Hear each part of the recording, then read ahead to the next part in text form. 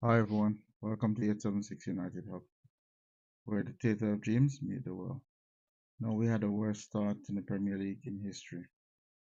Is it gonna continue like this? Well, you have no idea.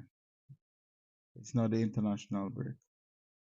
Did it come at the right time, or did it come too late? At the moment, it seems as if the players have no clue of what they're doing. Let's look into the last three games that we played. Starting with Tottenham Hotspur.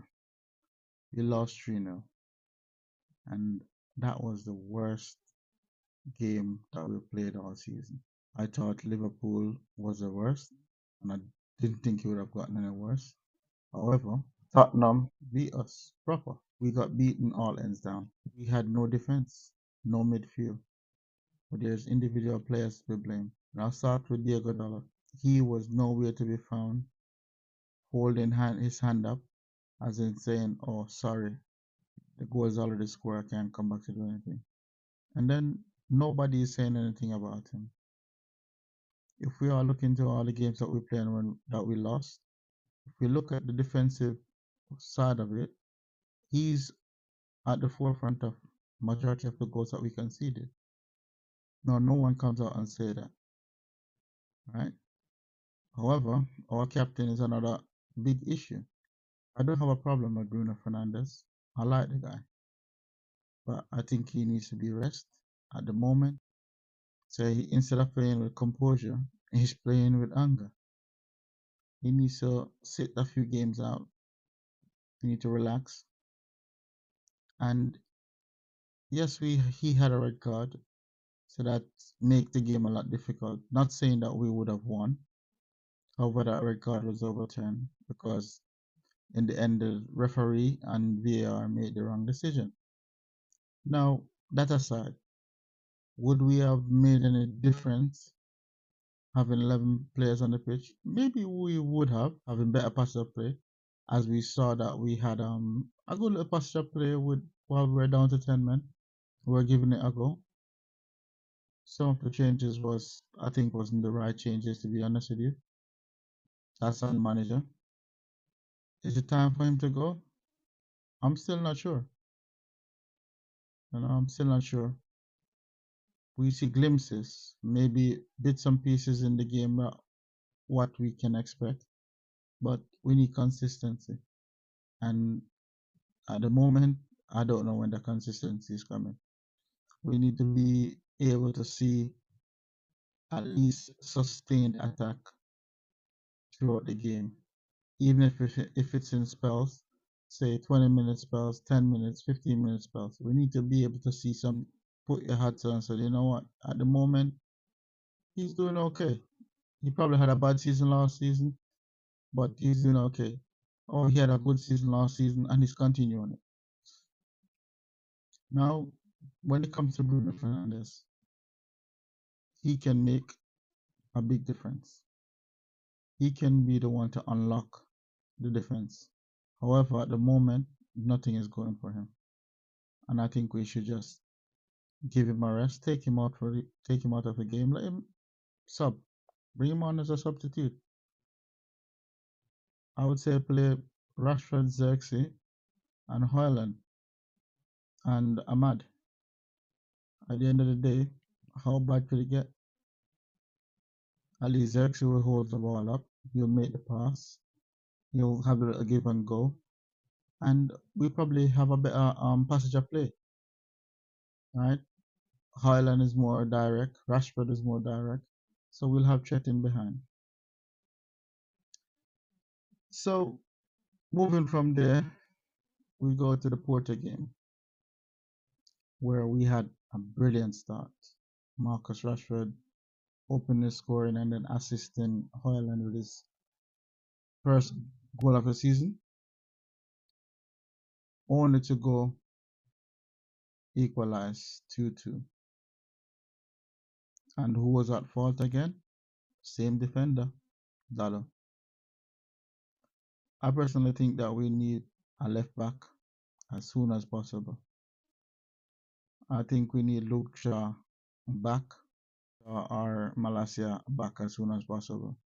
You see that Diego Dallo don't want to play on the left, or he just think that, you know what, it doesn't matter, I'll play anyway.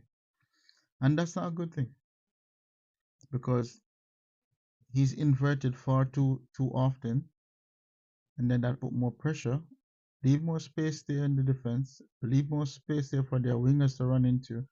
And then they have our winger that should be keeping the pitch wide, has to be closing down, has to be defending, has to be doing his job. Now he get hooked at halftime saying that, oh, we have to rotate. No, Rashford got hooked at halftime saying that, with the manager saying that we have to rotate. Now we all know Eric Ten Hag, because Diego Dalla was doing what he was doing, it caused Rashford to be taken out the game before time, because he's pundits and everyone else, a lot of people is blaming him for that second goal. Which, if you look at it, that ball was bouncing. Dalla should have gotten to the player before it reached to him, right? Dalla should have gotten to that defend to that player, make sure that his area is covered, right? As a left back, you should be covering the wing back. You should be stopping that wing back from getting into the position that he gets into, but he doesn't do that. He inverts as a 6, or he inverts as a 10, not even an 8, a 10 at times, right? This is the problem we have. Players must need to know when to invert and when to hold the width, right? If we don't attack, if we don't score goal, look at the goals that we scored during that Porto game. What happened? Dalla was staying out, holding his position, so Rashford didn't have to be coming inside to defend too much. He had the space on the wing in order to run in behind, in order to do what he was doing. Now we went second half. What happened? We got caught napping again. And then what happened? 3-2. Right? We were still hanging in there. I had a feeling that we would have scored. And then what happened? Bruno Fernandes happened again. Another red card. What can we do? This might be a blessing in disguise for us anyway in the Europa League, because this way he will have to be out for 2 games or 1. I'm not sure, it's 2 yellow cards, so maybe he'll miss the next game. But at the end of the day, we might end up playing have a better passage of a gameplay without him in the team. And if we do have a better game without him in the team, what does the manager do? Does he bring him back in right after, or does he leave him out there? Now, we show resilience. We show that even though we're down to 10 men for that period of time, we still fought back. We still came back and we equalized. We a nice header from Harry Maguire. A defender that, to be honest with you, is not really my type of defender. But I must say, when he comes on the pitch, he's being professional and he do the job that is asked of him. No, now what this shows is that if you're willing to put in the work, you can get the result that you need. We need to be more clinical because we're not at the moment, and that's one of our biggest problems. Now this leads to the game against Villa.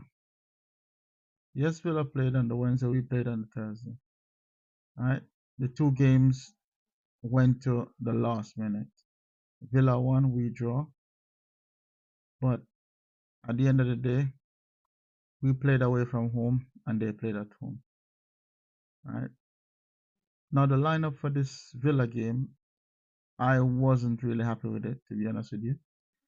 Because at the end of the day, why is Garnacho starting over Ahmad? I don't know. I would rather we had Ahmad on the pitch, because at least he would have given us something there. He can go right both ways, but Garnacho just keep running into players. He couldn't seem to beat his man at any point in time. There's times in the game where he had a clear chance to just pass the ball and he took a shot. Decision making, so a lot of the times his decision making is not the greatest. Yes, he shoots on instincts and he get goals, but At the same time, he needs to know when to pass the ball, when to shoot, when not to shoot. Now, we've been saying, myself says that about Marcus Rashford sometimes. However, he has improved his game at the moment. But Garnacho, he needs to know. I think he's best coming on as a sub. He has more impact for us coming off the bench than starting. And this is the thing that we as fans need to understand. Yes, we want to see the younger player play, start. He have energy. He has composure time, but he will not beat his man. And then this is a big problem for us. We need to be able to have a player that is able to make the decision, and that's a problem with majority of the player on the pitch right now. Yeah, we need to be able to make the right decision at the right time. We're not making the right decision. We're just instinct. So we're not making the right decision at the right time. We're just going off instinct. Right? Oh yeah, let me try this one. Oh, this doesn't work. Let me try that. That doesn't work. Let me try this. But it's not the right thing to do. Now we're sitting at 14. Everyone is going on that, oh, what is this? What is this? This is what everyone is saying. I'm not happy that we're at 14. But if you look on the bright side, it's what, 6 points below fourth place. No one expected us to win the league or come second or even third. So why is it a big problem if we're just 6 points off? That's 2 games. Chelsea showing us that, listen, they're not the Chelsea that a lot of people think they are. Yes, they've improved. At the moment, they're a way better team than us. But they've shown that regardless of what, they will drop points. It's just for us to just gain the momentum, keep clean sheets, and just start winning. Can we do that? Yes, I believe we can. But will we do it? I'm not sure. When will it start? I'm not sure. We are united. But a lot of the times, it seems like even the players on the pitch is not united. They're not in sync. And I don't know if the managers are at the end of the day, because we all could see what was going on when the camera panned on them during the game. Sorry, they weren't in agreement with a lot that was going on, but that's for them to work out. Do I think Eric Ten Hag is gonna they're gonna suck him? No, I don't. Do I think it's a right? Would it be the right decision for them to still stick with him? A part of me saying yes, and a part of me saying no. But at the end of the day, sacking him now is not going to help our situation that we're in. Keeping him might not either. But at the end of the day, Ineos needs to make a decision. Whatever decision they make, it need to be a final decision. So if they're going to stick with him, they need to be able to say, all right, listen, we're going to stick with him until the end of the season. Or not this shenanigan about, oh, you have 2 games to save his job. He has 10 games to save his job. This is not the right thing to do. You make a decision, you stick by it. We're all big grown-ups. Understand? You run a business. If you make a decision, you should be able to stick by the decision that you make. Because when it's profit coming in, you ain't complaining. Understand? Yeah, you want this quick fix, but it's not possible. Anyway, that's my thought on the 3 games, or last 3 games, and the situation at the moment with the club. There's only one United, and it's Manchester United. Anyway, guys, thanks for watching this video. Please like, share, subscribe, and leave a comment. Let me know what you think about our last 3 games and the whole situation that's surrounded the manager, the team, and the club.